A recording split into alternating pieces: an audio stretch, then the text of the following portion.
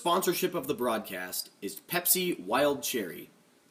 One can will leave you with type 2 diabetes and a sugary, crunchy feeling on your teeth that you can't get off for the rest of the day. Welcome viewers to Basic Cable News here on Local Channel 2. I'm Aurora Grimm, providing news for those too cheap to buy real TV. Good evening, and I'm Kenneth Smith. Tonight's top story is on the rise of big business. In the late 1800s, the Industrial Revolution led to the growth of large companies in the marketplace. Tonight we're interviewing young multimillionaire and owner of the much monopolized Standard Oil Company, Mr. John D. Rockefeller. Thank you. I'm very glad to be on this basic cable news channel, on Channel 2. Well, we're glad to have you. So tell me about yourself, Mr. Rockefeller.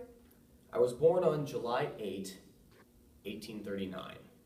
I own Standard Oil. My net worth is $336 billion, which is more money than you'll ever see in your life.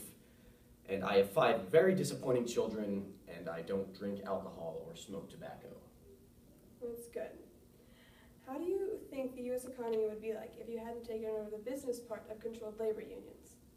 Personally, I think this economy would be falling apart. We wouldn't be nearly as long in the industrial aspect.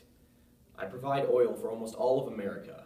Without me, there are no large steel factories. There are no industrial plants. Without me, there is no revolution. What was the process of building your entire company? When I was 24 years old, I invested in an oil refinery in Cleveland, Ohio. It did very well, so I sold my shares and used that money as startup capital for Standard Oil. And by the 1880s, I owned 90% of all American oil. 90%, that's quite a large percentage. So, considering that, do you consider yourself as a monopoly? No, I would not. Granted, there are some parts of my company that are controlling, but in the end, they help America by providing everyone with oil that has a need for it. No, my company is not a monopoly. Have you seen your company change the economy and the working class? If so, has it been a positive or a negative change? I have seen nothing but positive change since I started my company. I am providing jobs for the middle and lower classes. I'm giving money to the poor, and I don't see how that could be a negative change. How do you view yourself as a member of society? As I said, I'm helping the lower class, giving money away. I'm probably one of the best people you'll ever meet. Now, as you said your company was not a monopoly. What was your reaction to the Sherman Act? It's ridiculous, outright absurd.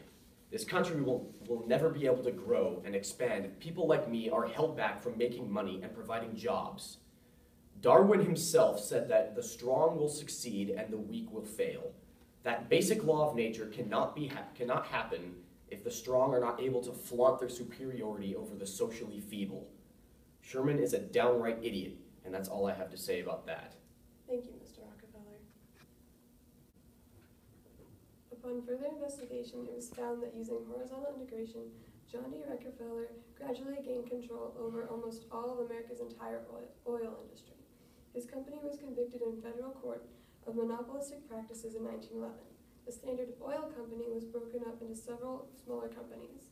It was once said to be one of the most cruel, impudent, pitiless, and grasping monopoly that has ever fastened the country.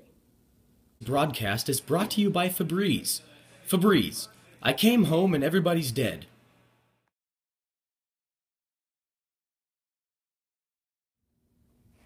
Hello, my name is Eugene Withercobb today with Basic Cable News, Local Channel 2.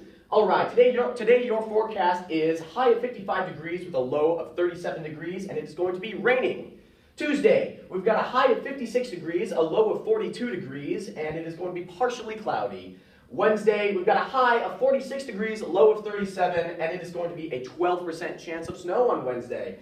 Thursday, we've got a high of 51 degrees, low of 39 degrees, and it is going to be sunny. Friday, my bad, we've got a high of 46 degrees, a low of 39 degrees, and it is going to be hecka windy. Saturday, we've got a high of 64 degrees, a low of 52 degrees, and it is going to be a 20% chance of rain.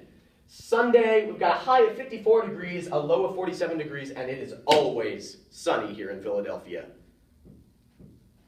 What? What's that? It is? Why would I need to do it for the reference? Okay, this just in, there's a 90% chance that it's already raining.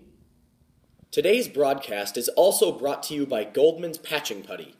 Goldman's, for times when Dylan Fry doesn't understand that it's not okay to bash holes in your friend's walls. Hello, I'm Aurora Grimm with Basic Cable News. I bring to you today the two views of the Pullman strike of 1893. For the viewers who don't know what that is, it is when the entire United States participated in the railroad strike. It all began in Chicago, May 11th, when 4,000 industry employees of the Pullman Company began a strike due to the recent reduction in wages. Tell me about yourself. My name is Jesse Herbshire, and I've been working on the railroad since I was 12 years old. My father originally told me to get into the railroad business when I was 11, but I wasn't too keen on the idea, and on my 12th birthday, he made me keen on the idea by beating me over the head with a coffee pot. Okay. Why are you rioting here today? I'm riding because this man right here, Pullman, he decided to lower our wages and wouldn't lower our rent. And that's not a nice thing to do to your very hardworking workers. And it's making me angry. Why do you think he denied you lower rent? Because he's a selfish, uncaring man who does not deserve to live. Do you think anything good has come out of this? No, I do not think anything good has come out of this. He's probably making a little bit more money, but I do not believe positivity has come out of this situation. Do you have anything else against Mr. Pullman besides him lowering your wages? He sometimes throws shoes at us while we're working. It's really weird. They're made of leather and they kind of hurt. Sometimes he puts them in lemon juice so that they get in our cuts. And they sting. They sting pretty bad. I'm done with questions. No more questions. Okay, Thank you. well, thank you. Yeah.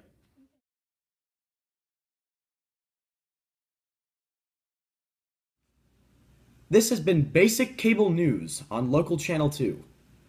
My name is Eugene Withercobb, and I am terribly sorry if you found any of these jokes offensive. And remember, Febreze is never a good way to get high. To find a good way to get high, visit your local library. Knowledge is the best drug of all.